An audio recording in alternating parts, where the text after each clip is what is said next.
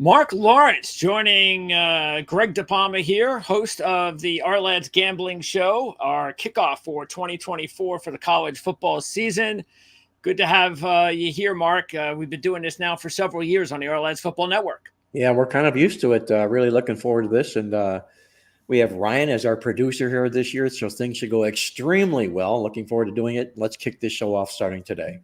Yeah, what we're going to do is we're going to give our predictions for all of the college football conferences. We're going to give our predictions for our playoff top 12, our semifinal matchups, our championship matchups. We are also going to take a look at several, I guess you can call them futures, props, whatever term you want to use. We have top 5 college football championship futures we're going to give. We're going to give our top 4, one per conference in the Power 5 as far as the futures for winning the conference championship, and also our top 3 win total bets for college football. And all of that coming from DraftKings. So that's exactly where we're going to be referencing our odds from. Obviously, every sports book has the odds different, but we're just it's a lot easy.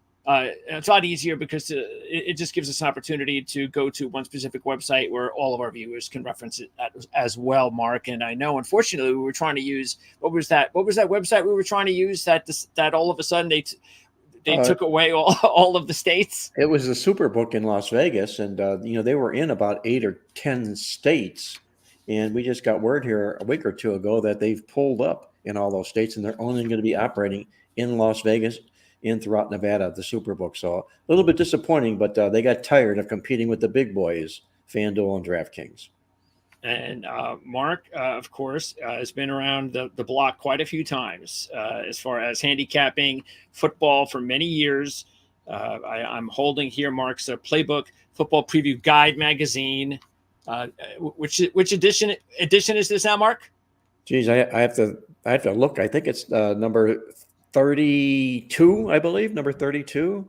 Close enough. Yes, it is. It's in the 30s. Yeah, give me a mulligan one year or the other, okay? So this is you can't really go without. I mean, this is awesome because you just take a look here. You've got the opportunity where this is just 2 pages of 2 college football teams in alphabetical order, Duke and Colorado State. You have every college football team, a page for actually 2 pages for every NFL team and 1 page for every college football team. And it's loaded with stats, trends, and even a little bit of the latest analysis for the 2024 season. So yeah, this is like a Bible that you have to have each season, and this is what you work tirelessly on for a couple of months each year. That we do. It's very, very popular in Las Vegas. It's the top-selling football preview guide in Las Vegas. Our good friends at the Gamblers Book Club in Vegas sell out of it each and every year, and they're just about ready to reorder. The problem is we're just about sold out of our office as well. So if anybody's interested, you might want to make plans now to secure a copy for this football season.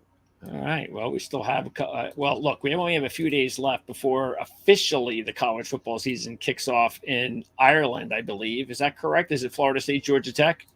That's in Dublin, Ireland. That's where it happens to be this year. And, a little interesting slant. We can talk a little bit about this, but both of these teams are going to be coming back and playing again the following Saturday.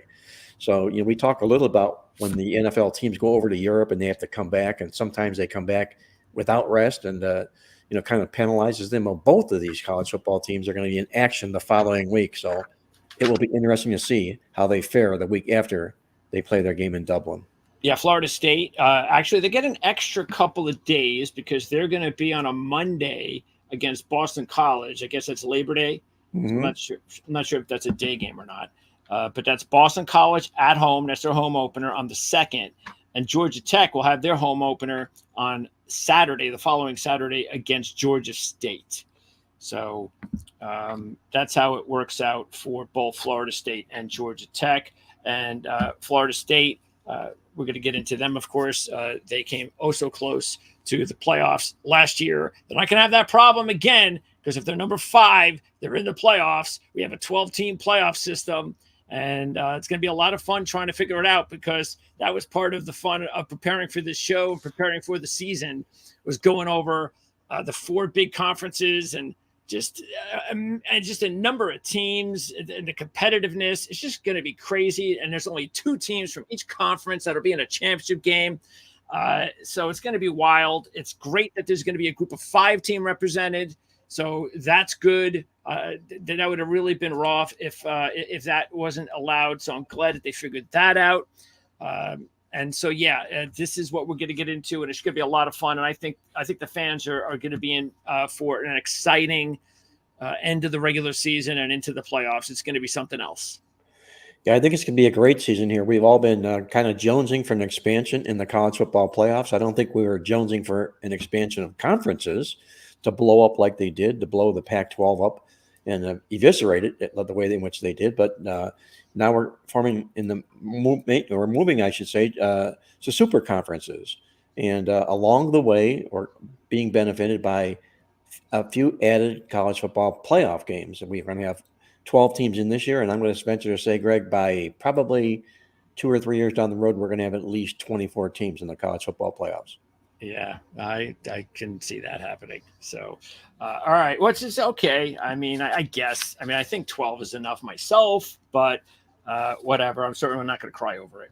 Okay, so let's get started. Oh, you know what? I want to also remind everybody about Ourlads is coming out with their very first poll. It's a college football poll. It's going to be every week. It's going to begin tomorrow. You're going to be able to see it tomorrow. I'm actually going to put a video together for it tomorrow.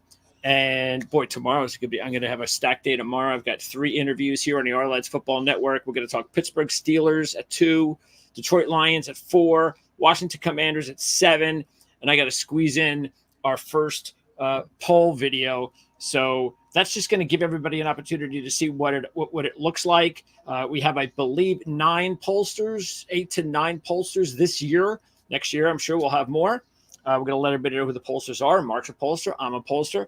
And we have a little point system. It's a top 12. It's not the prediction for the playoffs. It's just what we think our top 12 teams are, just like everybody else to start the season. So that's a lot of fun. Looking forward to it.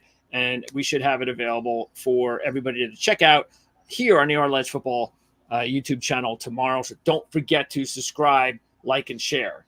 All right. So let's start, I guess, with the biggest, baddest conference in all of college football, the SEC, Mark. And I'm going to pop up here the odds as we talk about it. So here they are. Georgia, this is the SEC championship game. Odds, we got Georgia. Texas is the favorites there. Alabama. Ole Miss. Well, there you go. I have to be really delicate here with this. Where is it? Okay. LSU, Texas A&M, and all the way down the line. So these are the odds to win the championship for the SEC. And let's let's start off with your predictions, Mark. Who do you have to win the SEC? Well, I'm going to be chalky, which I hate being. I don't really like to go the other way, a contrarian by nature, especially with what we do at Playbook. But it's really, really difficult not to mention the Georgia Bulldogs.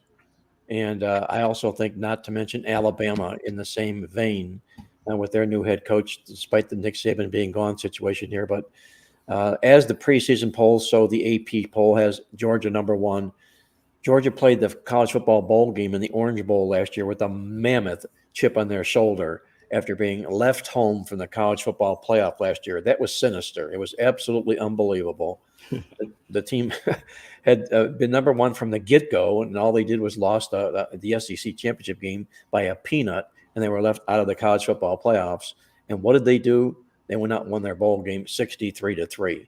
So, you bring your starting quarterback back, a lot of good recruits. They out-recruit every team in the country each and every year. Even when Nick Saban was there, Georgia was out-recruiting Alabama.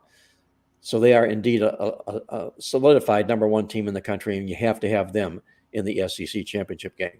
Yeah, I agree. And matter of fact, and I have not seen any of your predictions, so I just had no time, which I'm happy. Matter of fact, I haven't seen anybody's polls. Everybody keeps emailing their polls for our first poll, and I haven't seen anything. So I'm just so busy. I'm like, thank you. Thanks, Mark. Which is great. So I'm finding all this stuff is new, but yeah, I'm like you. I mean, I was going over my semifinals and my final, and I'm going, well, this isn't sexy. This is kind of chalky. But I mean, it is college football. And as much as we would like to see an upset now and again, especially now there's playoffs and maybe there's more opportunity for upsets, it's not going to be surprising if the cream of the crop will be there at the end. So yeah, I have Georgia as well. You have Georgia, Alabama. So Alabama, they're 5-1. Georgia's about 2-1. And I am going to have a little bit of a surprise. This is going to actually be my top sleeper team. It's one of my sexy teams, and that's Texas A&M. And oh boy, there we go. I was going to lay that on everybody later on in the show, but you beat me to the punch. Oh, really? I agree 100% with you. But go ahead. This is what I love. I love the fact that I have no idea what Mark knows. So, and I got final sort of approval when I had a really good interview with Olin Buchanan. You can check out the interview here on the Ourlads channel, of course. I did the interview a couple days ago with Olin, and it was just to double check to make sure that it looked as good as I thought, and it really does. They are loaded, Texas A&M. And I think the big thing about Texas A&M this year is the fact that their coaching staff, I think, is going to save this program, and I think it's going to save this group of players, because the coaching staff just got stale. And I think that's such a big difference. You throw in the fact that Wigman, the quarterback, is a talented kid, and they're loaded at receiver. They are just a really, really talented football team. We knew that all along. I mean, the last few years we saw Jimbo Fisher with all these great recruiting classes. We kept wondering how they couldn't win. Well, they still got a lot of those same players and a few other good recruits. So I think if Wigman's healthy and the coaching staff, of course, the new head coach is coming back. He was the D coordinator there a couple of years ago. Maybe if there's a good surprise team, sleeper team in college football, I think Texas A&M has what it takes to be that team. I agree wholeheartedly with you, Greg. And you take a look at the makeup of this team. Not only do they have a new head coach, the Jimbo Fisher horror story is over in College Station. They bring Mike Elko in from Duke, and he was really heavily recruited in the coaching wars. But I think what really works inside of Texas A&M this year is not only did they improve their numbers offensively and defensively on both sides of the football, but what they also do this year is they bring 18 starters back from that team. And even better yet, the year before that, they had 20 starters back. So you have a team that's awfully deep as far as talent goes from 2 years running from the great recruiting job that A&M had done. In fact, they ranked number, I believe it's 39 overall in the country in returning production due to the Aggies here. And I agree with you. I think they're a real sleeper team. And when we talk about value, we'll talk about that a little bit later on the show about some futures. We're going to both be mentioning Texas A&M. 100%, no doubt. And when you take a look at the losses they had last year, they were in every game that they lost last year, every game. And what it shows you is that they're this close. And don't forget, Wigman was lost after the fourth game. So they were this close to winning a lot of those games with their second and third string quarterbacks and an inept coaching staff. So hopefully the new coaching staff and a healthy quarterback room will be the trick. Okay, so that's what we look at. And who do you have winning it? I mean, I still have Georgia winning it. You have Georgia, Alabama. Do you have Georgia over Alabama? In fact, let me look here. I think we called Georgia, although yep. Alabama, I think, will take that game right down to the wire. I mean, a lot can happen between now and then. But there's one unique stat that Alabama will be having working in its favor. And the reason Alabama is what Alabama is their record against number one ranked teams. It's unbelievable. They're 16-9 against number one ranked teams. The closest team to Alabama in games against other top number one ranked teams is Miami of Florida, and they're 6-8. So that shows you the job that Alabama's done largely with Nick Saban. And they'll go toe-to-toe with anybody, especially a number one ranked team. But I think Georgia does edge Alabama. And then just quickly, Ole Miss, I do believe that because they're talented enough, I do believe that they could be a dark horse. And I can't really call them too much of a dark horse because they're 14-1 to win the national championship. But yes, do they have to finally win the big one against the big opponent? Yes. Do I think they could do that? I don't know. But They have the talent, and I think that they're definitely a team that should be in the running as well as LSU. I think LSU's quarterback is pretty decent. I think he's got a shot to be a pretty good quarterback. I know he's not Daniels, but they're still a very talented team. They got a really good head coach, and so I think Ole Miss and LSU are also a couple teams to keep an eye on. I agree with you on the Ole Miss side of things here. Another 18 returning starter team, and Greg, as well as most people, the fans of Ourlads, big college football fans, nobody does a better job in the transfer portal than does Lane Kiffin. So regardless of what it is that he loses, he replaces with transfers. He didn't lose a whole lot this year. I mean, 18 starters are coming back, and he still hit the transfer portal real hard. So this football team is going to be, like you say, very, very deep and very, very talented. Ole Miss, they don't have to play Alabama. They don't have to play Texas, and they get Georgia and Oklahoma at home. So the schedule is also working in the favor of Ole Miss, and they got a really good group of players coming back as usual. And of course, you mentioned all the experience that got coming back. By the way, Drinkwitz's doing a great job at Missouri. Problem is, even though Cook's back and they have Burden, one of the top receivers in the country, back, the defense just lost, I think, a little bit too much. They do have an easy schedule, though, and the schedule could be really key for Missouri. But I just think they lost a little bit on defense, and they weren't the greatest defensive team to begin with, even though I just love the job. And how can you not love the job that Drinkwitz has done there? Otherwise, in the back end of this SEC, when you take a look at the rest of these teams, Mark, is there any team that sticks out as a possible sleeper to have a better season than people think? Well, my top three teams, Alabama, A&M, and Ole Miss, are going to be some of my championship futures that are not named Georgia. So you're going to go four teams really deep inside this conference here. So take your pick. Ole Miss, A&M, they're both, like you say, Ole Miss is 14-1. A&M's 40-1, I believe. Is it 40-1 for the championship to win? Ole Miss? Yes. No, Ole Miss is no, A&M is 40-1. Yeah. A&M's 40-1. Yep. Ole Miss 14-1, Alabama 12-1. Yep. Any one of those three teams can make the college football championship game, and if you do, you're going to cash yourself a real nice ticket. Yeah, I'm really interested to see how Billy Napier does this year. It's sort of like this might be the year that if he doesn't get this team headed in the right direction, he may not be there again, but I think he can. I mean, the offense looks really good, but they have a very tough schedule, so you got to keep an eye on that. I think Stoops is going to do another good job. I think Hugh Freeze might be the one to keep an eye on at Auburn. We know how good of a coach he is. They almost beat Alabama again last year. They couldn't stop that 4th and forever, or they would have beat Alabama. So I think Auburn and Florida, those are the interesting teams. You see Auburn at 60-1, Florida at, I guess that's 120-1. But I think one of those two, and maybe Auburn, that I think, maybe they'll play a little bit better than people think. Well, I think they will. Hugh Freeze is, he gets a lot of support wherever it is he goes, whether he wins games cleanly or a little bit of the cheating card. But nonetheless, he does win football games, and he does recruit well in the state of Alabama. He sort of gets what Alabama doesn't, if you will. So they're always in the mix, and you know that whenever they do play Alabama, it will be their game of the year. Okay, now let's go to the Big Ten as we talk here about the Ohio State Buckeyes and the Oregon Ducks as the top two teams. Looks pretty close as far as the odds are concerned. And looking at your prediction, it doesn't look any different than mine.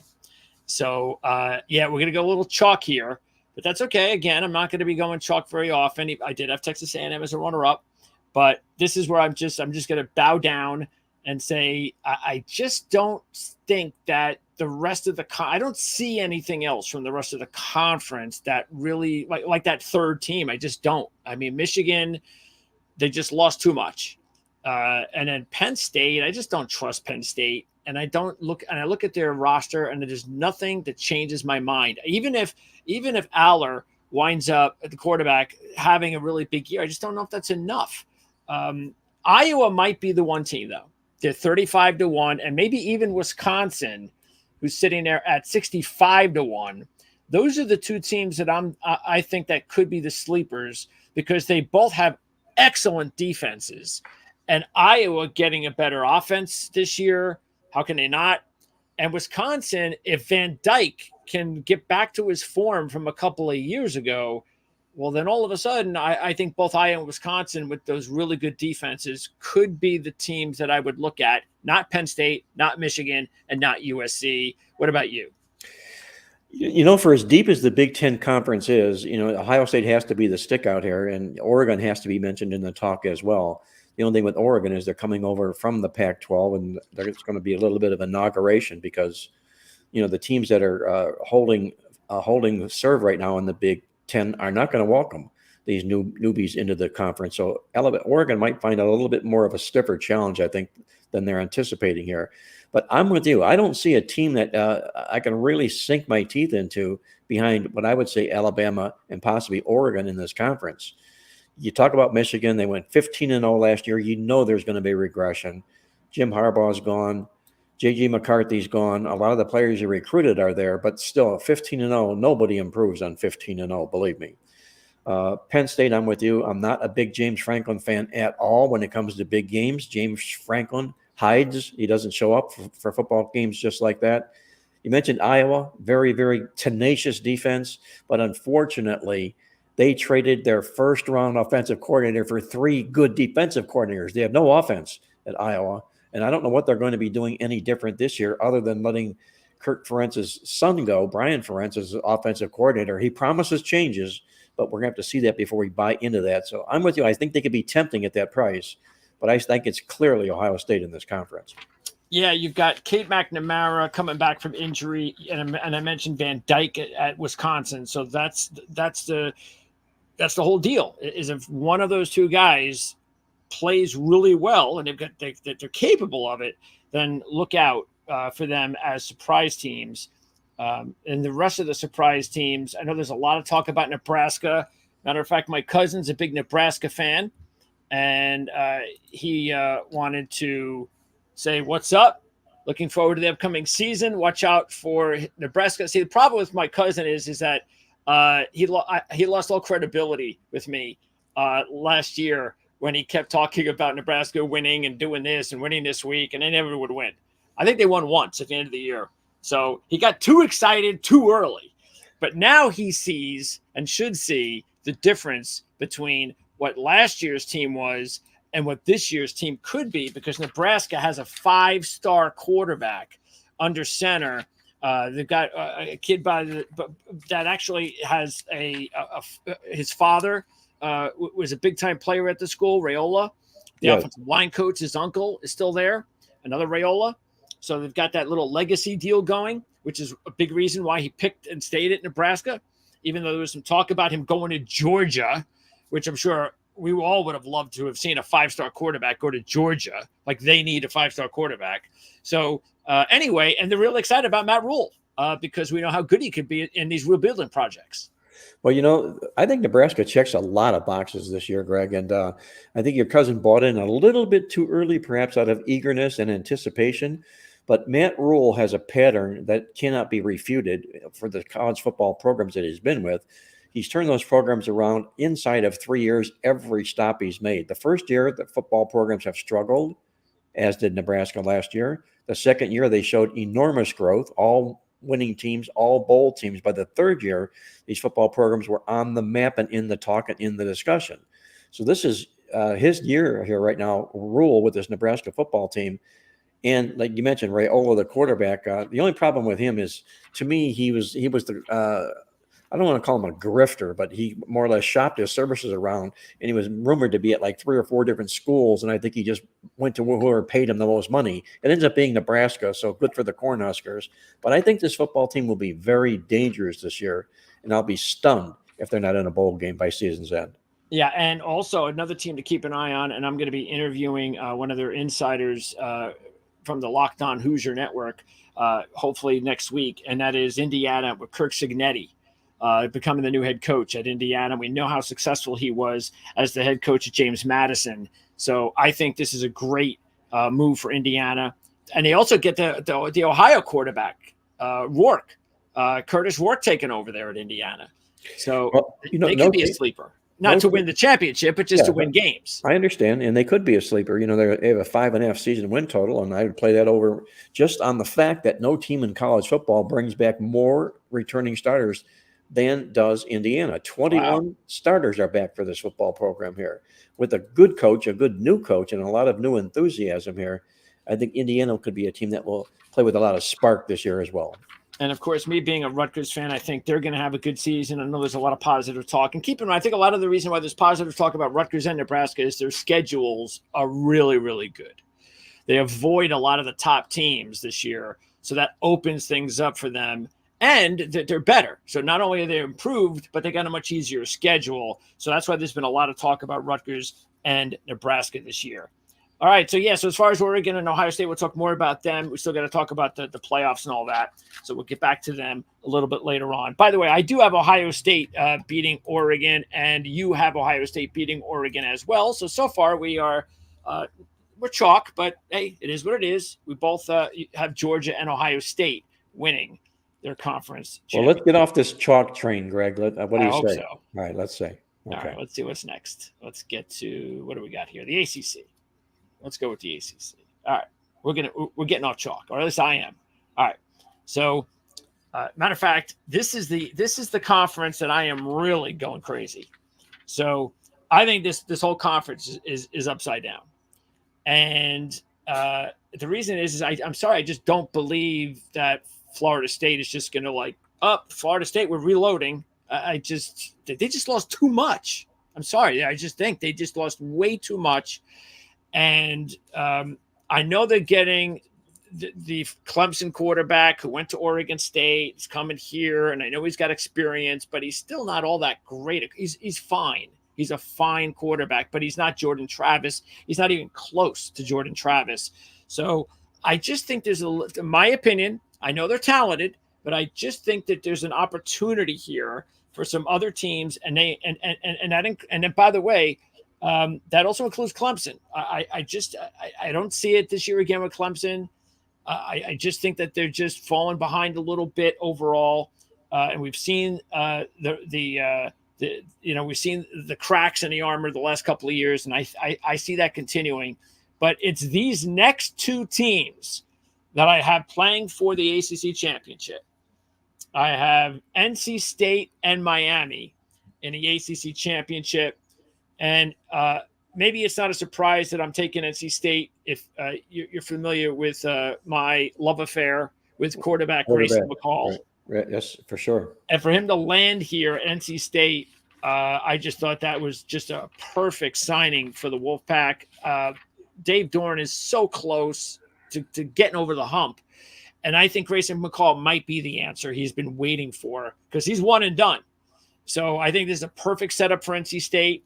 And that's why I'm going to go ahead and take NC State and Miami. I know this. You're down in Miami. You're in that area there, Mark. And I know that a lot of fans were kind of disappointed after the start last season. But I just think it was asking way too much too soon.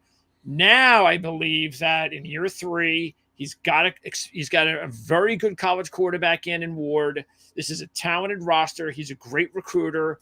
I just think now's the time to think that this could be the year for Miami. So that's why I'm going to go and buy in on Mario Cristobal in year 3. I didn't do it the last 2 years and say NC State beats Miami in the ACC championship game. Well, I like your NC State side for sure. I did like Miami when we put our magazine together here, but the more and more I think about Mario Cristobal, the more and more I want to back out of my position with Miami here because, he's the classic case of the Peter principle. He graduated, elevated himself to a point in a situation that he cannot handle, and that's as a head coach. Greg, he was fired at Florida International. He didn't just leave there. He was fired because the football team regressed the last 2 years behind him. He went to Alabama, took on the job as a recruiter, which is what he does best. Yeah. And he recruited the snot out of the Southeast Conference. And what did it do? It landed him a job at Oregon, where he went out and did the same thing. He recruited a lot of great players at Oregon, but he also found ways to leave big games on the table. Now he takes all this money and goes back home to Miami here. I saw what he did last year. I mean, he just had that deer in the headlights look for too many football games last year. This team should have won 2 more games than they did last year, and it's all on Mario Cristobal. He's going to have to prove to me that he knows X's and O's, or at least he surrounds himself with coaches that do. So while they look appealing and while they have a lot of talent on this football team, I'm going to leave them off because of Mario Cristobal. But I do like your NC State side of things, and I'm going to look at for this championship matchup. I like Clemson to come back this year. I think this is a Dabo Swinney type year. I think it's winnable. This conference is. He had always been the odds-on favorite. Now he's being dished. He's being looked past, and I think that's the opportune time for Dabo Swinney to step up and prove that his football teams are as good as Dabo Swinney proclaims they are. And my other team is a little bit more of a sleeper team in this pack here, and that's the Louisville Cardinals. Oh, you're into Jeff Brom. I know how good of a handicap. He's a handicapper's delight. He's an excellent handicapper's delight. He's a quarterback's coach. All he does is wins wherever he goes, and he just so happens to have 19 starters coming back from last year's football team. Again, I like to load up on these teams that come back well-stocked, either with returning production or returning starters. And in this case here, Louisville checks that box in a big way. So I've got Louisville taking on Clemson in the ACC title game. Yeah, the one thing that I'm concerned with Louisville is they got to keep Tyler Shuck healthy. He hasn't been able to stay healthy over his career. Started off at Oregon, went to Texas Tech, I believe it was last year. And that's been the one knock on him. So we'll find out whether or not he can have a healthy season. If he does, we know he's talented enough. Because of course they're plumbers now in the NFL trying to make a team. So that's the thing to keep an eye on with Louisville, is whether or not that all important quarterback play can be straightened out with a plumber off to the NFL. By the way, you do have Louisville beating Clemson. Yes, I do. I think they're going to be a real surprise team this year. Louisville, I think, makes that statement, makes a name, and puts themselves on that would now be the Power 4 conference hit list. Look for a big year for the Louisville Cardinal for me. So there you go. So Mark's got basically a 7-1 winning the championship, and I have a 6-1 winning the championship. As far as the rest of the conference, I think there's a lot of possibilities here. I really like what's going on at Virginia Tech. I think they're a team to keep an eye on. This is year 3 again. At that number, year 3 is important. That's a real big year for college coaches. Brent Pry's done a good job there. He's got a good young quarterback. They've got explosive players on offense. So if the defense, because the staple at Virginia Tech is always the defense. So if they can get back to, if that defense can catch up with the offense a little bit, I think they could be a really good sleeper contender for the championship. SMU is going to be dangerous, and I think the main reason they're going to be dangerous is they have a really easy schedule. I mean, boy, did they get a break. I'm surprised, but maybe it was because all the top games are taken. I don't know, but they have a pretty easy schedule. They have a tough stretch where they have to take on Florida State and Louisville back-to-back. That's it. That's their schedule. Everything else, all winnable games for SMU. And they had a big 11-win season last year. And Georgia Tech, the team that plays Florida State over in Ireland on Saturday, is one of the other teams to keep an eye on. Loved what I saw out of them last year. Nobody expected them to be a bowl team last year. Brent Key did a great job. And by the way, 3rd year for head coach Brent Key at Georgia Tech. Haynes King didn't get it done at Texas A&M. Well, he got it done last year at Georgia Tech, the quarterback. They've got Eric Singleton, one of the best young receivers in football. So the problem is they have a very tough schedule. But Georgia Tech, Florida State, that game is going to be a lot closer, I think, than people think. And Georgia Tech is definitely a team to keep an eye on as far as a long shot in the ACC. I believe that they are. There's a lot of good talent. I think it's maybe not superior talent, but there's a lot of good equal talent in this conference here. But I'm going to give you a sleeper team here that not a lot of people are going to even think to want to mention. Okay. But keep your eye on Boston College this football season here. Okay. This team brings 17 starters back. Bill O'Brien is back as a head coach, and he had tremendous success in college football as a head coach. He's got a starting quarterback in Thomas Castellanos, who's back. He passed for 2,200 football yards. He rushed for over 1,000 yards. A lot of nice equal balance to this football team. And they're going to take on Florida State in their opening game when Florida State comes back from Dublin, Ireland. I think it's an ideal spot for Boston College to go into Florida State and scare the daylights out of the Seminoles. And if they do just that, they'll be a team playing with confidence moving forward. I think you have to look at Boston College. Their season win total is 5.5, and I for sure see them playing in a bowl game this year. And there's a lot of excitement with Syracuse because they've got Fran Brown, who is one of those like elite recruiters. And he's now the head coach. Now, can he coach? Sort of like a Cristobal situation. Yes. He's a great recruiter, but can Fran Brown coach? Nobody knows. So we'll find out. But they've got Kyle McCord, the Ohio State quarterback from last year there. That shows you the kid can recruit. So there's a lot of excitement at Syracuse. I think this might be the end at Pittsburgh. I think it is a nice run. I think things have, been pretty good there for a little while under Pat Narduzzi. It's year 10, but I'm just getting the kind of feeling that, I don't know. I don't think this is going to be a good year. And after winning 3 games last year, back-to-back bad years, it might be a time to move on from Pat Narduzzi. So you think the nails have turned rusty for Pat Narduzzi is what you're saying here. That's what he's known as, a coach as tough as nails. And it won for him early on, but like you say, he's been going backwards more than forward this football season here. And I think he's going to have a very difficult time to be a bowl team this year. So I agree with you. I think Pittsburgh will take a step back this year. And don't forget, there's also Cal and Stanford in this conference. Cal would be the team to keep an eye on out of the Pac-12. And, we've had a nice little love affair before with Justin Wilcox. Things have kind of cooled off a little bit the last year or so. But he might have a pretty good team this year because you've got a quarterback from North Texas, a transfer that had a really good year last year. So I think Cal, with that Jaden Knott in the backfield, explosive running back, they got a quarterback, because that's the problem with Cal. So ever since Wilcox has been there, they haven't had a quarterback. They don't have anybody to actually move the football. So I think Cal could be a little bit of a Pac-12 sleeper in the ACC to keep an eye on. Well, the thing that concerns me is that this Pac-12 blow up and where Cal settles and Stanford settles on the other coast. And I think the travel factor is going to be hideous for these two football programs here. We broke this down in our preview guide magazine, and we looked at the air miles that both Cal and Stanford are going to play with this year. And their average trip to the ACC games that they play on the road is 2,700 miles. So going there, coming back, that's 5,400 miles they're going to be putting on air miles to get to a game in an ACC game, obviously away from home. And I think that could end up wearing them down by season's end. Stanford, a football team that didn't do much, has got a lot of talent coming back here. In fact, they're number 3 in the country in overall returning production is the Stanford Cardinal coming back this football season here. And Cal has always done well. I like what they've done as far as their program goes. So two teams I would normally like if they were still in the Pac-12, but they're not. So I think I'm going to stay away from them just because of the travel factor. All right. Now let's move on over to the Big 12. And wow, is this going to be a really fun year in the Big 12, because there is no Texas and there's no Oklahoma. And there is Utah, though.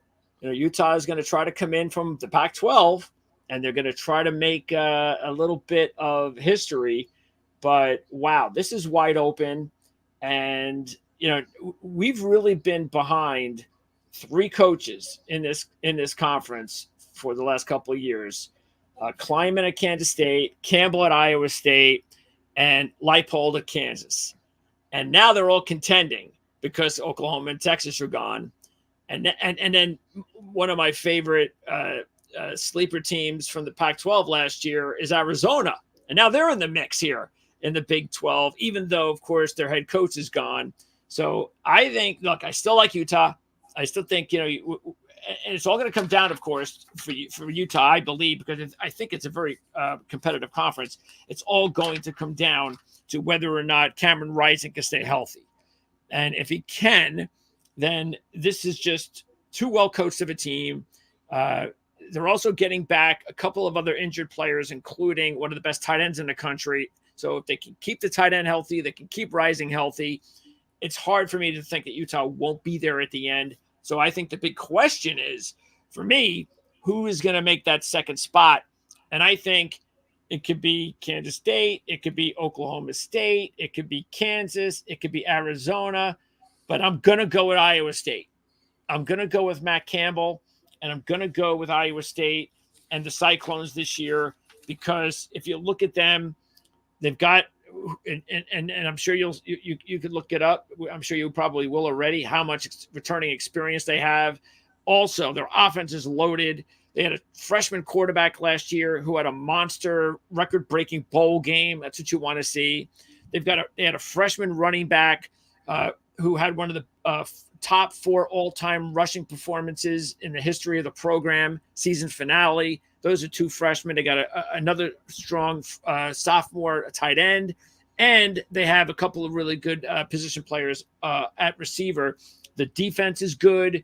They're well coached. So it's real close. I think it can go to any of those teams. Matter of fact, I was debating between Arizona, Kansas, and Iowa State.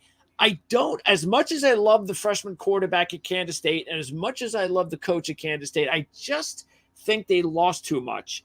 So I'm not as behind them as I have been in the past. Oklahoma State is got a lot of talent there, including the running back. We know that. They have a great running back. They have a great pass rusher. But the quarterback play is a big question mark. And even Central Florida could be very interesting, but I think it's asking way too much in year 2 for Central Florida to get to the championship game in this conference. But I do think it's wide open. Well, it is wide open because there's a lot of talent in this conference here. You can arguably say there's more talent in the Big 12 than there is in any of the other 3 Power 4 conferences. That might be a stretch. We're talking about the SEC, and we're talking about the overloaded Big 10. But what I'm saying here inside the Big 12 conference is there's a lot of talent here. In fact, the list I had sent you, it says Texas A&M, but it's not, because I had Texas A&M typed in and didn't change it out. The teams that I like coming into this Big 12 championship season this year are Iowa State and Oklahoma State. Okay, so you agree with me with Iowa State? Yes, I do. In fact, I think Iowa State's going to win this conference. Iowa State brings back more returning production than any team in college football does this year. There you go. Very, very well-coached football team. And they're just salivating at the chance now with Texas and Oklahoma out of the conference here to vault their way up the standings here to do just that. But you've also got other teams inside this conference that warrant looks. And like you mentioned, we're big Kirk Kleiman fans and Lance Leopold fans. I don't even have them 2 in my top 5. I should. Kansas, a lot of people think Kansas could and should win this division.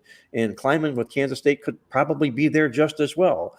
But there's other teams inside this division, and I think are sneaky good. And they also bring back a boatload of talent. You were talking about Baylor with 18 returning starters coming back from a football team that had a losing season last year. They'll have a massive chip on their shoulder. I'm also talking about TCU, another team with 19 starters coming back for this program here. So take a look at this conference and see all this returning talent that's coming to the Big 12 conference with the 2 big boys being gone here. I think you're going to see some great football in the Big 12 conference this year. But I'm with you. I've got Oklahoma State taking on Iowa State. Oklahoma State, another team, as you mentioned, 19 starters back for the Cowboys, and well-coached football team, obviously, to say the least. Mike Gundy, he's been there, done that before. But I've got Iowa State, Oklahoma State in the championship game, and I've got Iowa State.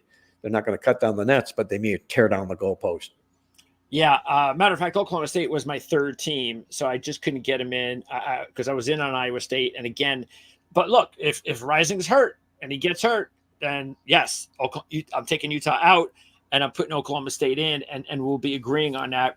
But yeah, you mentioned a couple of those teams already, like TCU. They've got that quarterback Hoover, who was a true freshman last year, and so he's a gunslinger. So he comes back for year 2, and I think they're going to rebound after a predictably bad season after they went all the way to the championship game last year or the year before that.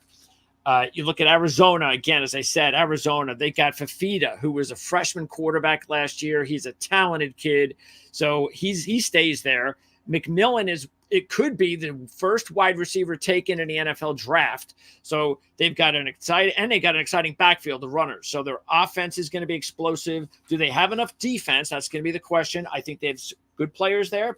And by the way, their new head coach is one of our little favorite head coaches from the Mountain West, Brett Brennan. He leaves San Jose State who did such a great job at San Jose State, and now he's the head coach at Arizona. So I think that's a really smart hire for Arizona. Also, West Virginia has an exciting quarterback in Garrett Green, and Neil Brown finally got over the hump last year, so they could be dangerous. You mentioned Kansas. Remember, the one thing holding them back last year was the fact that Jalen Daniels was injured and did not play most of the season. So if he is healthy this year, he's going to be the best quarterback prospect that I've seen at Kansas, unless I'm forgetting somebody, in a very long time, if not ever. That's how talented he is. And they're really loaded offensively. So the question, though, is, do they have enough defense? They got two really good corners. They got NFL corners, but I don't know if they have enough in the front seven. And Central Florida has KJ Jefferson now, the Arkansas quarterback, taking over. And they've got one of the best backfields in the country. So that's why UCF is sitting there at 9-1. And they're very well coached with Gus Malzahn as well. Look how deep this conference is, Greg. I mean, how many teams? I think the key question is, will end up the season with a losing record in the Big 12 conference. It'll happen because they knock each other off. Yeah. You can maybe look at Houston and BYU. You could possibly throw Arizona State into the mix there. Cincinnati, Luke Fickell, he's got a lot of talent coming back there as well. So if I had to subscribe to any network, the SEC network, the Big 10 network, to watch college football this year, for me, it would be the Big 12 network. And by the way, we didn't even mention, of course, what's crazy games are going to take place this year with Colorado. And they've got two very good players in Hunter and Sanders, the quarterback, and they're loaded at wide receiver, by the way. Yes. But their defense just isn't very good. Their offensive line isn't very good. So, we'll see. Again, they have a really exciting quarterback receiver group, but I don't know if they have much else. And by the way, you mentioned Baylor. Dave Aranda, the head coach, has decided that he's going to call plays again. Oh, boy. So we know how he's one of, if not the best defensive coordinator in college football a few years ago when he got hired at Baylor. Yes. And he sees the writing on the wall. I mean, they had such a bad year last year. He's like, look, enough of this. I'm going to go back and do what I can do best, and that's going to run the defense. And they went out and they grabbed I think he was the MAC Player of the Year. I don't know if it was last year or the year before that, but that was the quarterback, DeQuan Finn, out of Toledo. So now Baylor's offense was as bad as Iowa's not as bad, but just almost as bad as Iowa's last year. They get a quarterback upgrade in a major quarterback prospect from the group of 5 to move on up to the Big 12. So that should be a nice shot in the arm for Dave Aranda at Baylor. Yeah, it's sort of a panic move, maybe in a sense, like you say, to protect his job, that he feels like maybe the rug might be pulled out from underneath him. But, if anybody knows this program, he brought the kids in here. He knows the talent. Hopefully he'll listen to the quarterback coach with a little bit of help and assistance in the sidelines here. But, again, Baylor, I think, has a ton of potential inside the conference this year. Yeah, and by the way, they're going to go to the spread offense with their new coordinator. So they've hired a new offensive coordinator who actually was a head coach. He was the head coach at, I believe it was Texas State. They weren't very good, but, he knew how to coordinate. He just didn't know how to be a head coach. So he's going to try to bring a spread look to, fast-paced offense to Baylor. We'll see if it works. If it does, we know they're going to be a little bit better on defense, and they might be a nice little sleeper at 60-1. It might be, yes.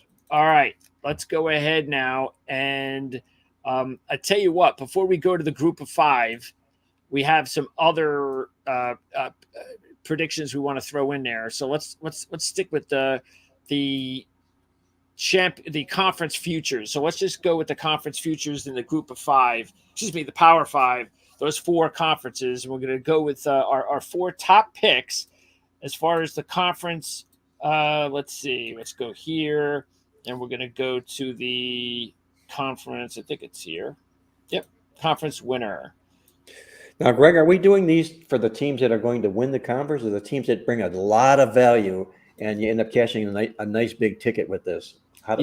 This is going to be. Let me see what you put down here. So I played value is what I played. Yeah, I think you got it right. Yeah. Okay. So let's. It looks like you actually chose one team outside the Power 5. So you went with a team from the Sun Belt out of the 4. So, which is fine, but let's go with the 3 because you actually two of them we've talked about as far as picks. You went with let's stick with one of them here. You got Virginia Tech. So you took Virginia Tech at 10-1 as one of your top sleepers 10-1 to get good value play. I think so. Again, I keep hitting it and harping. It's like an old record. It'll sound like an old record by the time we're done, but they're deeply talented and with a lot of returning production are the Hokies. And in fact, there's a lot of people that think the Hokies could steal the ACC this year. And at 10-1, if Clemson doesn't win this conference, if Florida State doesn't win this conference, and I'll go on record right now as saying Florida State will not win this conference this year, I think Virginia Tech could be in the mix. Yeah, I think it's a really good play. I mean, I went with North Carolina State since I picked them to win it, and they're 6-1. But if I'm going with the team, not a team that I picked to win, and I'm looking for value too, then I would definitely take Virginia Tech as well. All right, and then the SEC, again, no surprise. Texas A&M, 14-1. That was my pick as well. So, and you haven't heard the last of Texas A&M on this program yet, but no. Yeah, 14-1 is a good number. Terrific number. We thought there's value in itself. Not only to win the conference, but to go further, like we'll talk about a little bit later on down on the show. But I really, really like what they're doing in College Station this year. And then in the Big 12, we just talked about it, and that is Iowa State. And that is my pick. That's your pick. They're about 9-1 to win the Big 12. Now, I'm going to hold off on your fourth conference pick. The group of five guy? Yeah, the Sun Belt pick. Right. My fourth one was in the Big 10, and I went with Iowa. So I went Iowa at 35-1. And again, it's all up to whether or not the offense can keep McNamara healthy and everybody healthy generally, and they get a shot in the arm after that dreadful performance on offense last year. So Iowa would be my pick. Wisconsin was also interesting to me at 65-1, but one pick, I went with Iowa. So that's just a heads up on what we did there for our top bargain picks for conference winners this year. Now, let's go back to what we were just talking about. Actually, we can stay here because we're going to go down to the group of five. And I believe we're going to start with the AAC. So let's go ahead and do that, which is right here. And overall, let me see if I can get your picks up here. I see them here. And we have – oh, wait a second. I think – do we have the same teams? But that would be weird for the AAC. Do we? Yes, we do. Well, I know for sure you were going to be on South Florida. So, if I was playing chess, I might have known you were going to make that move. But wow. I agree with you. I think this football team is for real. And they do belong in the championship game. We both have South Florida and Memphis in the championship game. You have Memphis winning. I have South Florida winning. But there you go. I mean, Memphis, they've got their quarterback has been there starting now for the fourth year. So that's huge. Hennigan. And yeah, South Florida. We saw what happened last year with South Florida. They had that big near upset of Alabama early in the season. They had a freshman quarterback look really good, so he's back. The coach looks like he's one of those like tough as nails guys, like Dan Campbell at Detroit. And I think they're ready to take that next step, and so do you. I agree. I don't think the conference is real deep. I agree. But, you're talking about a South Florida team that I got to give you kudos. You were on this football team real early last year, and they cashed a lot of tickets last football season here. Played a lot better than the record indicated here. With what they've got coming back here, they warrant being in a AAC championship game in Memphis. I love what the coach said in the offseason here. He was just wanted to rip the transfer portal apart. And the reason he does so is he says that all this is a feasting ground for other teams to come in here and pick our players right off of our roster here. We're like a breeding ground for the big Power 5 conferences. I'm sick and tired of it. Well, he does recruit real well there in Memphis. Memphis is probably city-wise, name-wise, one of the bigger names of the teams that are in amongst all the group of 5 programs here. And I think this football team is head and shoulders the best team in the conference. Yeah, talent-wise, I completely agree. So that's why we both jumped on Memphis. The two teams that are also up here, Tulane and Texas San Antonio, I just think it's asking way too much for Texas San Antonio. I mean, look, we've had a love affair with them for the last several years. How can you not? I mean, Traylor's done a tremendous job, but Frank Harris is gone, and I haven't seen yet because I saw these quarterbacks, and I don't see Kevin Harris. So I think Frank Harris. So I don't think that they're going to be able to look. This isn't Georgia. I mean, they just we're going to pick things up, we're going to reload. I don't see that. I think it's going to be a lot tougher to do that when you have a big drop off a quarterback. You have a drop off potentially at receiver. They have a star receiver, this kid Clark, but there's word that he's not healthy. And if he's not out there playing, you can't rely on him. That's another big loss. They have a very strong defense, but I just worry about that offense. And Tulane, I mean, they've lost Willie Fritz. They made a nice hire to get the Troy coach, John Sumrall. But again, you're going from Michael Pratt to an unknown. You know, that's a big loss. Michael Pratt's a hell of a quarterback. Yes, he was. And now he's gone. So, and they lost 3 key starters in the secondary. They lost 2 first-team all linemen on the offensive line. I just think it's asking way too much with the transition to the new coach when you can pick a couple of other teams like we did that have stability at coaching, stability with the quarterbacks coming back. And so I think that those are the reasons why it helped us to make those calls. As far as other teams to keep an eye on here, Rice continues to be heading in the right direction. Now, yes, they lost their quarterback. They lost their big receiver who ended up being drafted fairly high. And I think that was great, obviously, to see that happen, the kid McCaffrey. But I don't think it's lost because Blomgren, the head coach, believes this is the most talented team he has. And I've been a big fan of his. He brings in this transfer quarterback from Temple, E.J. Warner. He still has a really good running back who pretty much did it all for him last year. So I do believe Rice could be a nice little sleeper team.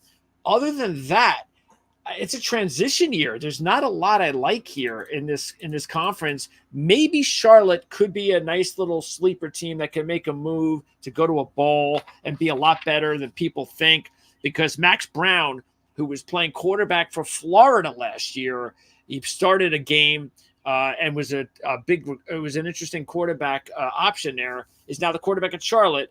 So I think Charlotte could be an interesting sleeper team from the bottom, but it's not a very good conference overall. No, it's not, but I agree wholeheartedly with you about Rice, the Owls, and what they're doing with the football program right now under Mike Bloomgren. It'll be his 7th year, and he's got this football program inching up the ladder. In fact, they've made a bowl each of the last 2 years. Last year, they finished 6 and 7, but were bowlers. The year before, they finished 5 and 8. But because they had to fill out bowl spots and because they were academically one of the top tier teams in the country, they earned a bowl that particular season here. But what's really nice about Rice this year, 18 starters back from these double bowl these double bowl teams. They ranked number 5 in the nation in overall returning production. And here's a school that's now suddenly playing with a lot of confidence here. I think they're going to pulling a couple of major upsets here. I think they're going to go to Houston and take Houston down. Not much of a travel factor there in city rivalry, but I think Rice will end up taking the field as the better team in that football game. And you look at their road schedule, Greg, it's not much. They're going to go to Army, maybe tricky. They're going to go to Tulane. They should lose. They're going to go to UConn. That's a win. They're going to go to Memphis, a tough test. And they're going to go to UAB. I think this football program has the making of earning a bowl spot this year with 7 wins, and we'll see what happens if they make a bowl. Yeah, by the way, they've been playing Houston the last 3 years, and the last 2 years, they went to Houston 2 years ago and lost by 7 as a 17-point dog. Last year, as an 8-point home dog, they upset Houston at home. There you go. They've been but the one thing that I feel sorry for, though, is that fan base is really bad. I mean, go to the games, man. I mean, if you watch these Rice home games, there's nobody in the stadiums. No, there isn't, because they've been always the redheaded stepchild inside the city of Houston when it comes to football. You have the Texans, you had the Houston Cougars when they were good, and then there was Rice. And Rice is all about academics, so really they weren't going to bring a lot of talent in. But suddenly Mike Bloomgren is a guy that they brought in, and all of a sudden he's catching a few people's eyes here right now. So while his overall record is a little bit weak, I think he's got this team moving in the right direction. Okay, now let's move on to the next conference. Let's see which one pops up. It's going to be the Sun Belt. And matter of fact, this is where you have your other conference champion pick, which actually I like because, and let me see what your pick is here, because it may be a nice little tip off. So yeah, it's actually my pick. We both agree. I'm taking Texas State to beat Appalachian State. You're taking Texas State to beat Arkansas State? To beat an upstart Arkansas State football team. Exactly right. Okay. Appalachian State is a football team, I think, Greg, that is a little bit thin on returning talent this year, and they're going to carry a lot of weight and notoriety. And I think it's time here for the Sun Belt to put a couple of teams in a championship game that haven't been there for a while. Texas State, I really, really like this football team, but what I really, really like about the team is their head coach, G.J. Kinney. He was a quarterback in college, and he's really done a U-turn with this Texas State football program here, and I think they're going to be the team to beat inside the conference.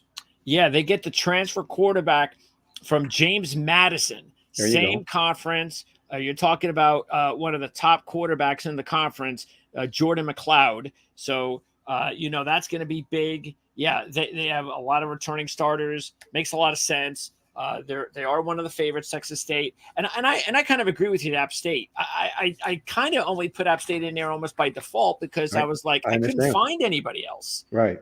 So I think it's just like we think it's a down year in the AAC. I think it's a down year in the Sun Belt. There's really no one else. But why did you decide to go with Arkansas State? Well, I keep hitting on this returning starter angle here. Texas State, 18 starters coming back. And I do know this. Every team that's deep with returning starters that I'm sharing with you, I'm going to win a whole lot more with these teams than I'm not going to win, because that's what they do. These kids are experienced, they're hungry, they know the programs, and they do everything well that way. Look at Arkansas State. This is a football program that they were really, really good a few years back, but they slipped a couple of counter pins along the way. But I think this team has got the chance this year to suddenly become relevant again. And it's, again, because of the returning starter situation with Arkansas State and the fact that you talk about overall returning production. This team ranks number 47 in the country. They have the 23rd best ranked overall offense in returning production. And a lot of this is because they bring 10 starters back on offense. I think this is a time for this team to break through. Butch Jones has not carried his weight as far as the head coach goes at Arkansas State. It's time that he steps up and delivers. If he doesn't have a winning season this year, he'll be gone. But I think Butch Jones delivers the goods this year. Yeah, I mean, his quarterback, Jalen Rayner, was the SBC Freshman of the Year. So that's huge. In a conference that's on the downside this year. So that's a good pick. I mean, the only reason I didn't personally do it is because I'm not a Butch Jones guy. But hey, you know what? It's a down year. Maybe this is the perfect opportunity for Butch Jones to have himself a strong season. He was able to get his team to a bowl game last year, which was a little bit surprising. So maybe with this Freshman of the Year taking a next step to sophomore status, maybe Arkansas State is a really good team to keep an eye on. And why not? They're 15-1. Maybe they're a pretty good pick to surprise people. Odds-wise, I think that makes a lot of sense too. So I think it does. It's time to deliver for Butch Jones. Stand up and deliver, or he'll be in the history books. All right, let's now move on to the next one, the Mountain West. And we have Boise State. Wow, we have a team in the minus at minus 120, Boise State. So they're the heavy favorites. And it's not surprising because, again, sorry to say, it's kind of a little bit of a down year in the Mountain West. Not as much as the other conferences. There's still some teams here I like, a little bit more depth-wise, but it is a little bit of a down year. But Boise State's got maybe the conference's top player, the running back, Genty. So I think that's a big reason. Of course, their coach took over, did a good job, went on to win the championship last year, beating UNLV on the road. So that was nice. They do lose their quarterback. So that's the one tricky part, is that a lot of people thought they had this top recruit, Nelson, was going to win the job. He didn't win the job. So we're going to find out whether or not that's because Madsen, the guy who won the job, was too good, or the top recruit was not as good as expected. So that's the one thing that I'm a little bit apprehensive about. Everything else, they're a loaded defensive team. So that's kind of what put it over the top for me, is that the star running back, loaded defense, conference champions from last year. They've got the whole legacy thing overall in this conference. So that's why I went with them. But UNLV was the team that I decided to go back with again as the conference runner-up, because Odom, even though he lost his quarterback, and I was pretty upset myself, even though I'm not a UNLV fan, that the quarterback does a good job, and then he decides to leave the program. But he went out and he grabbed a quarterback from Holy Cross who put up some really big numbers, lower level, but a lot of experience. So I think that's a good sign. And they've got Ricky White at wide receiver, one of the really good group of 5 players overall. And they got a couple other really good players overall. The Thomas, the running back, the Jesus is another good receiver. So I also think they got some good players on defense. So UNLV is not going to be a one and done. I think this is a long haul kind of move for UNLV. The other team I was looking at was Fresno with Jeff Tedford. I think if one of those two teams doesn't make it, I think Fresno is the team that does. Look, it's very chalky, but I just think it's because the conference is going to have a down year. Well, Jeff Tedford has stepped down because of health reasons again. That's right. Yes. Yeah. He has stepped down, but he did. The players that are there are the people that he brought in. Yep. And he brings in really good top quality players. So you have to respect what he's leaving behind at the table here. You mentioned Boise State. They should be the chalk in the conference. And really interesting here, you mentioned their defense. Their defense is going to be rock solid this year. All 11 starters back, number 5 overall in returning production in the country for Boise State. And you got to like the story behind Spencer Danielson, the head coach the first year for this football program. He comes in here. He's a disciplinarian guy. And what he did is he made a statement with this crazy transfer portal wars going on. He said there's no player that's going to come into this program and expect to get a paycheck unless they produce in the field. You got to prove it to me that you're going to make this football team, or there's no money here for you. So he's not falling in love with this transfer portal. He's recruiting players. And I like that hard approach that he's taken to this football program here. It sends a message to the players here that they got to produce or else. And I think they're going to be a very, very good football team. They could end up being that group of 5 team that makes the football playoff.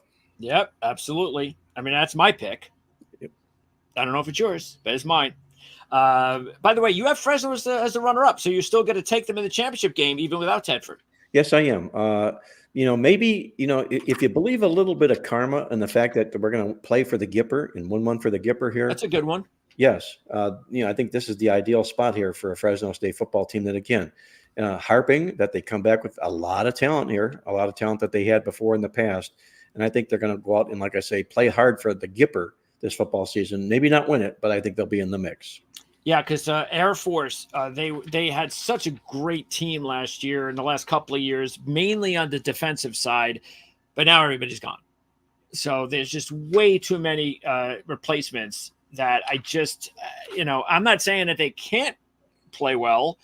They could. Calhoun's an excellent coach, but we got to see it first. Let's see how they look the first month of the season or so before I go down that road. Wyoming loses Craig Ball. That's sad because he did such a great job there. They were so fun to watch at Wyoming since he was there. Don't forget the Josh Allen run. So it's unfortunate that that's over, but it is. So you would think they'll take a step back. The only other 2 teams that I would keep an eye on would be Utah State because of Blake Anderson, and Colorado State, I think, is headed in the right direction. They have a quarterback that if he could drop down with the interceptions, and they've got one of the top receivers in the conference in Horton. So I think Colorado State, maybe they're a team that I would look at as a little bit of a sleeper. Well, I'm with you. I'm a big Blake Anderson fan. He's the reason that Arkansas State was what they were in the heyday back in the Sun Belt Conference. That's right. Yeah. Yes, and all the winning was with him. Colorado State, like you say, I think this team has a lot of potential this year. They went from a 3-win team to a bowl team last year. Jay Norvell has got 14 starters coming back here. I think they'll be in the mix, and I think they can pull an upset or 2. And by the way, the quarterback who was injured at Iowa and did play in the championship game a couple of years ago, I think it was Petrus. Yes, is now the quarterback at Utah State. Nice. So now look, he wasn't very good at. It was okay. It wasn't last year. So we're talking about a 3rd string guy from Iowa last year. That's why they really went off the cliff. But he was the quarterback when their offense was, it wasn't sexy, but he's just a quarterback. But that's a Big Ten championship game quarterback that's now going to be quarterback in the Mountain West Conference. So I think that should mean something. Okay. So we still have, I believe, one more conference left, and that's the Conference USA. No, two more.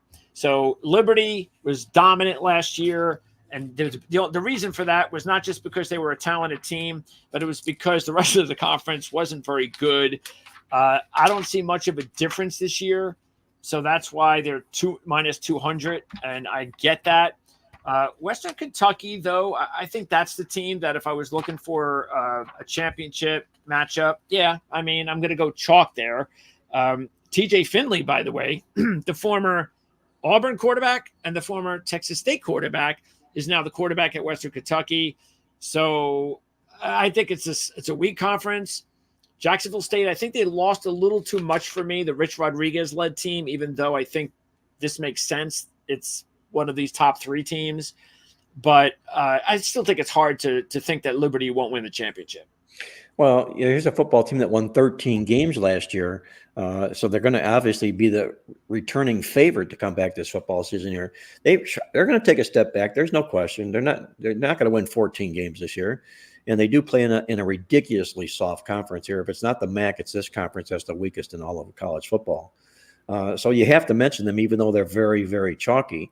But I'm going to put a guy in there that's not so chalky, to maybe make this championship game this year, and it's Sam Houston.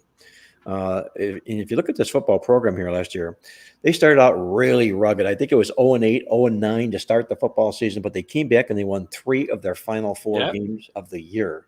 And they could have raised the white flag, gotten out of there, and talked about next football season, but they didn't. And what are they doing here? The football team has got, again, 10 starters back on offense, 25th in the country in overall returning production. So here comes this group of teams, the players returning that closed out the season like a freight train last year. I think they're going to be very, very sneaky good. I think they go from a 3-win team last year to the conference championship game this year. I like it. 18-1 to win the championship, and they did win 2 outright as upsets out of those 3 you mentioned. And their head coach is now in his 11th season. And remember, if you follow the program, this was a very good football program that actually won the FCS national championship back in 2021, which is actually the COVID spring year, but it's a national championship nonetheless. So, that's a good one. I like that one. Do you have them winning, or do you have Liberty winning? Well, unfortunately, I'm going to concede to Liberty. I don't want to be admitted to a hospital and saying I'm going to go all the way with Sam Houston, but I at least have them playing in the championship game, and that will be a big double thumbs up season for them. Yeah, Liberty's got a really good quarterback, Kadon Salter, who's been through a lot of the winning. So, it's kind of hard to think that they won't be able to get it done. Okay, now let's run to the MAC. This is the last one of the group of 5, and it should be of no surprise of who I am going to take to win the MAC this year. I think you could pick the team. Who you're going to pick from the MAC this year? Yes, they've been my darlings in this conference. Who I keep thinking, they're close, and maybe one of these years they're on the way. And I think this is the year. Now, I haven't picked them every year to win. I just think that they're getting close, and now I think this is the year. I'm going to. They went to a bowl. They went to a bowl last year. They've been to bowls the last 2 years. Well, tell me, Greg, because this conference is just loaded with mediocrity. It's Bowling Green. There you go. Okay, the Falcons. There you go. So I like Bowling Green to finally get it done. By the way, they have a player who's a tight end by the name of Harold Fannin, who actually might be one of the top tight end prospects in the NFL draft next year. They have a returning starter at quarterback. Again, I like the fact that they're building something here. So I'm going to take Bowling Green over Miami in the championship game. And Miami, the one thing that worked out for them that was a real crappy thing that happened to him last year was when Brett Gabbert got injured. The good thing is now he's playing again this year. So I think because they get Brett Gabbert back, it makes a lot of sense to think that Miami's going to be a tough out this year. So that's why I like Bowling Green and Miami in the championship game. Well, Miami's all about their head coach, Chuck Martin. He does a terrific job, flies way under the radar. I'm surprised he's still there at this program here. He took over a team that was 5-20 in one-score games before he got there. And what did he do? He proceeded to go 14-10 in those football games. So he's elevated this program to the point where they were an 11-win football team last year. And 11-win football team that, yes, they did allow more yards than they gained last year. I don't like that. I don't like that at all. But it was only a scant 3 yards, and their defense is still 320 yards a game. So, it's nothing to lose sleep over here. But I think they're clearly head and shoulders the best team inside this conference here this year. And the other guy that I'm not going with, before I get to the other guy that I'm going with, is Toledo. And everybody's in love with Toledo. They've all got them in another championship game, so forth and whatnot. But this team has really lost a lot of players. Yeah. Yes, they have. And, I think it can catch up with a team like that, especially to a scrappy conference that's looking for some notoriety. With that, I'm going to go to Northern Illinois, the Huskies, to make this championship game, to, be a contender inside this conference here this year as well. If you look at Northern Illinois, again, we're talking about my old favorite playing card, my trump card, returning starters. And that's what Northern Illinois does bring to the table this football season here, this program does. I think it's enough to get them at least to the championship game. 8 starters on both sides of the football. They rank number 45 overall in returning production. Thomas Hammock has done a real nice job with this program here. You take a look at last year, he went from a 3-win team to a bowl team. They've been bowling in 3 of their previous 4 years. That there's a lot of pedigree here. I think Northern Illinois plays in the MAC championship game this year. Yeah, they have one of the top running backs in the conference, Ontario Brown. So he comes back. They've got a head coach that's been there year 6. He's done a really good job. And yes, that makes a lot of sense. They're sitting there at about 6-1 to win the conference. Yeah, I mean, just quickly on Toledo. So I talked about Finn, the quarterback, who's now at Baylor. That's a huge loss. And the running back. I mean, their running back who had a huge year, Boone, he left. So, matter of fact, I think Boone went to Central Florida, I think, which is like, why did he go there? They got a really good running back. But anyway, great job by Central Florida. I think that's where he went. But yeah, Toledo lost.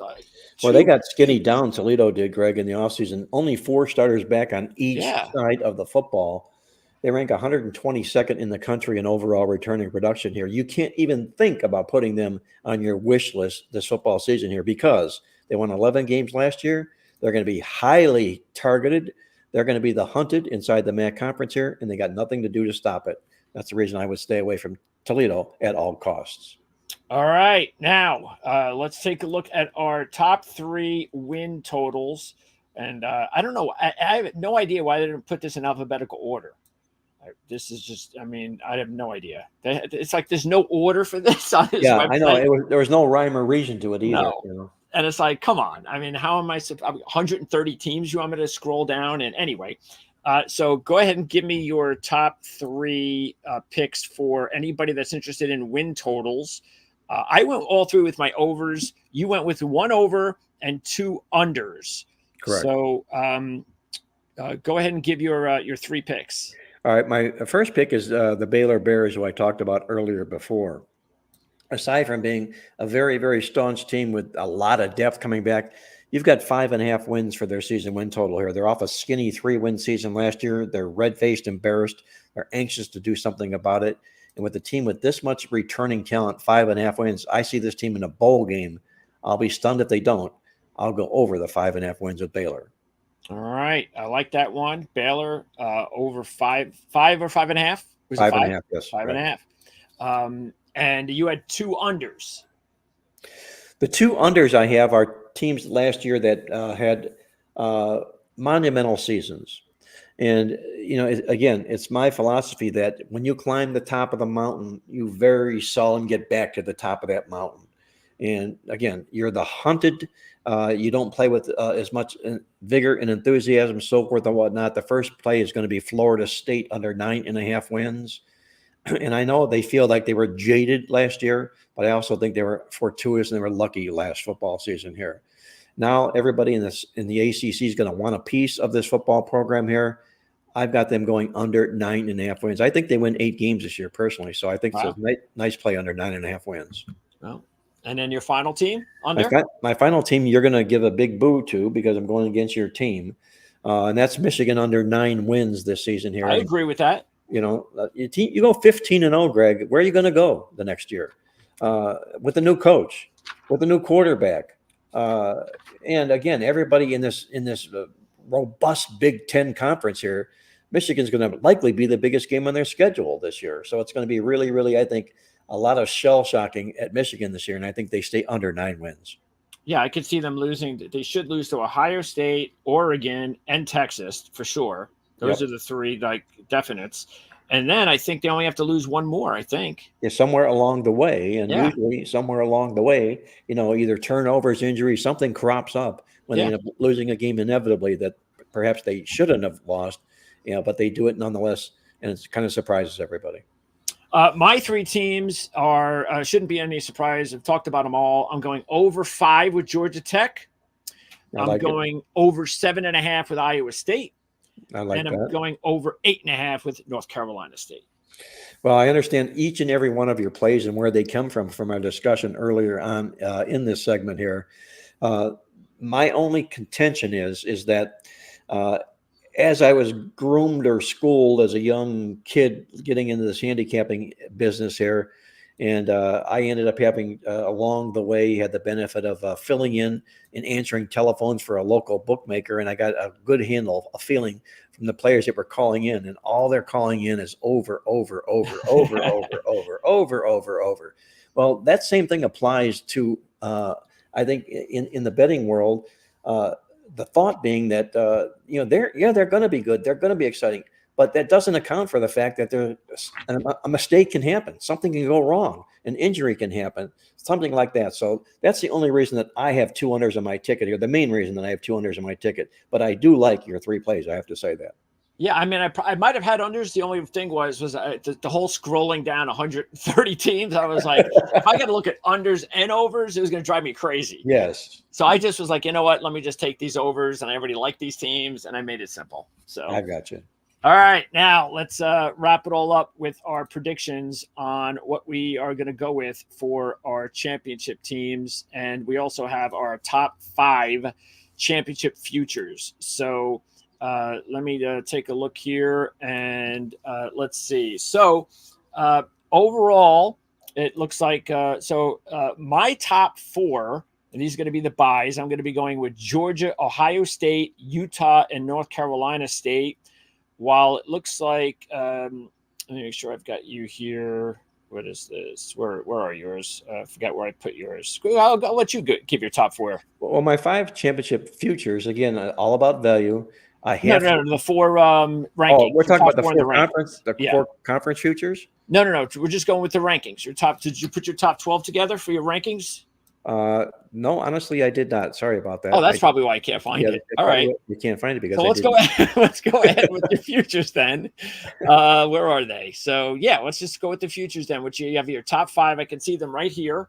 So go ahead and they're all double digits where they should be. So give your top 5 future plays. Well, my top 5 future plays to the championship playoffs. Number 1, Alabama. I really think this Caleb DeBoer hiring is going to be Caleb DeBoer is going to be a terrific hire for Alabama here. The guy's done nothing but win everywhere that he's gone before. You know, he's sort of like the Lance of Leopold. At the lower level, he's at the level just above that. And that's the reason Alabama hired this guy. He just knows how to win football games. Number 2, Mississippi at 14-1. And for all the reasons we talked about earlier, all the talent coming back, Lane Kiffin, so forth and whatnot. Number 3, Texas A&M, also out of the SEC. So I've got 3 SEC teams here. Texas A&M at 40-1. Are you kidding me? Yeah. By the way, I have 2 of those teams. I have in my top 5. I've got Ole Miss and Texas A&M. Good. But you have to. I mean, for value, you have to be there. I don't have the Georgia Bulldog in here because they're the favorite. Yeah. My other team is Louisville, the surprise team, I think, out of the ACC. That at 150-1, that's I think that's a real value ticket there. And Iowa State out of the Big 12 conference here. This football team, I think, wins the conference championship. They make it to the college football playoff, and you never know what happens once the doors open and you get in. What's Iowa State? 350-1. Yes. All right. There you go. I like that one. And my other three are, again, these were my predictions, basically. So I have Miami at 50, Utah at 55, and I have North Carolina State at 130. So those are my top five. And, you know what? It could all just come down, as usual, to Georgia and Ohio State in the championship game. And I get that. And you know what? It probably will. But if it doesn't, if it's not Georgia or Ohio State, and maybe even, let's say, Oregon, let's say it's not a Big Ten team and it's not Georgia, then I think it's open. I think it's wide open, and anything is possible. So, and look, this is a playoff system that nobody knows about. Nobody knows how it's going to work. So who knows? Maybe there will be a surprise team that'll get in, and it would throw in the fact that we got all this transfers and all this craziness going on. So, you can rest assured, Greg, that of the 12 teams that make the college football playoff this year, one will be there that no one expected to be there. Whether they last or not remains to be seen, but there will be a surprise team in the college football playoff this year. And there'll also be another team in the college football playoff that is closing like a freight train at the end of the football season, got into the playoff, and they just might win it.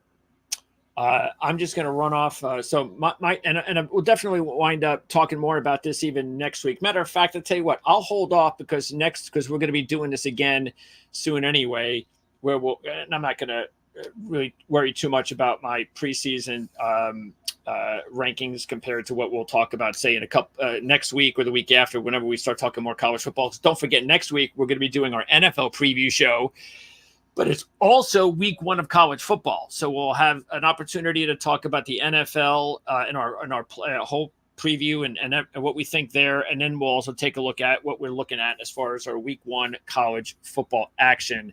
So I'll just hold off on because it's nothing major anyway. So just keep in because again, I'm pretty chalky with my Final Four being Georgia, Ohio State. Actually, those are my 2 championship teams. So that's pretty chalky. You don't really need to worry, be excited about that pick. Anyway, so that's the deal here for our first of many college football gambling shows here on the Ourlads Football Network, the Ourlads Football YouTube channel. And next week, again, it's the NFL. I'm not sure. We're hoping to hook up with Ryan Dunleavy of the New York Post, because he's been with us the last couple of years to help us preview the football season. So we're going to try to see if we can line that up. If not, then it's just me and Mark. And then again, we're going to take a look at week 1 action in college football for one segment. And then in 2 weeks, the same format where it's going to be half of our show is going to be talking NFL. The other half, college football, we'll have our top picks. We're going to go over some big games and all that. Obviously, we'll take a look at long shot picks, futures still on a weekly basis. So it's going to be a lot of fun all season long. Also look out, as I mentioned at the beginning of the show, for the first college football poll from our lads. That's going to come out tomorrow here on the network. And if you haven't already done it, don't forget to order one of these. This is the Playbook magazine. If you're into handicapping college and NFL, then you have to have this magazine. And you also have it available in PDF form, Mark, right? Yes, we do. If a person doesn't want a print copy or doesn't want to wait to be shipped or doesn't want to go to Barnes & Noble, Books A Millions to buy the book, you can also get a PDF copy downloaded right onto your device. In fact, I work with the PDF copy all the time.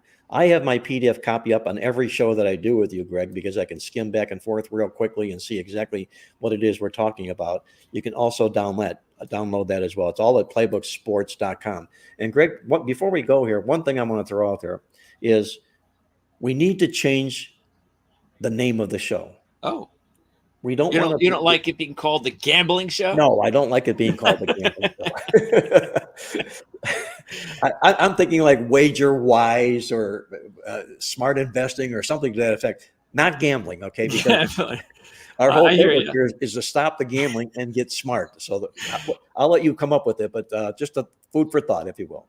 That's like if we're just going to call it the drinking show, the Yeah, alcoholic show. yeah. Let's get drunk show. All right, we'll come up with something for next week. If anybody has any ideas of what our new show should be titled, let us know. We'll take a look at your ideas. So we're definitely interested in that. All right, so that's going to wrap it up. NFL talk as we preview the season on next week's show here on the show that we have yet to rename.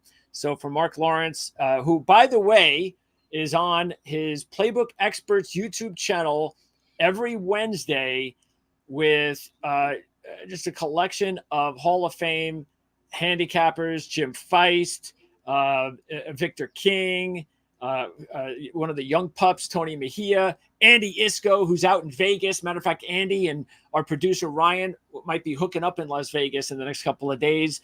They have this big event going on for the season. And I forget what it's called. What is it called? That the Circa Millions, right? Well, That's one of the contests. There's the Circa Millions and there's the Super Book contest. Now, the Circa Millions is just like the Super Book. They both have the same entry fee, but there's about 3 times as many people now in the Super Book as there is in the Circa than there is a Super Book. So I would recommend to Ryan, if he goes out there, go into the Super Book contest because you don't have to go up against as many people to beat as many people. You don't want, you might not win $1 million if you win it. You might win 750,000. I'll take that. Yeah, but you don't have to knock down the world to do just that. So just food for thought. Good advice. All right. So thanks for checking in with us for our first of many shows this football season on the Ourlads Football Network, handicapping the NFL and college football with Marc Lawrence. I'm Greg DePalma, and we'll see you next time.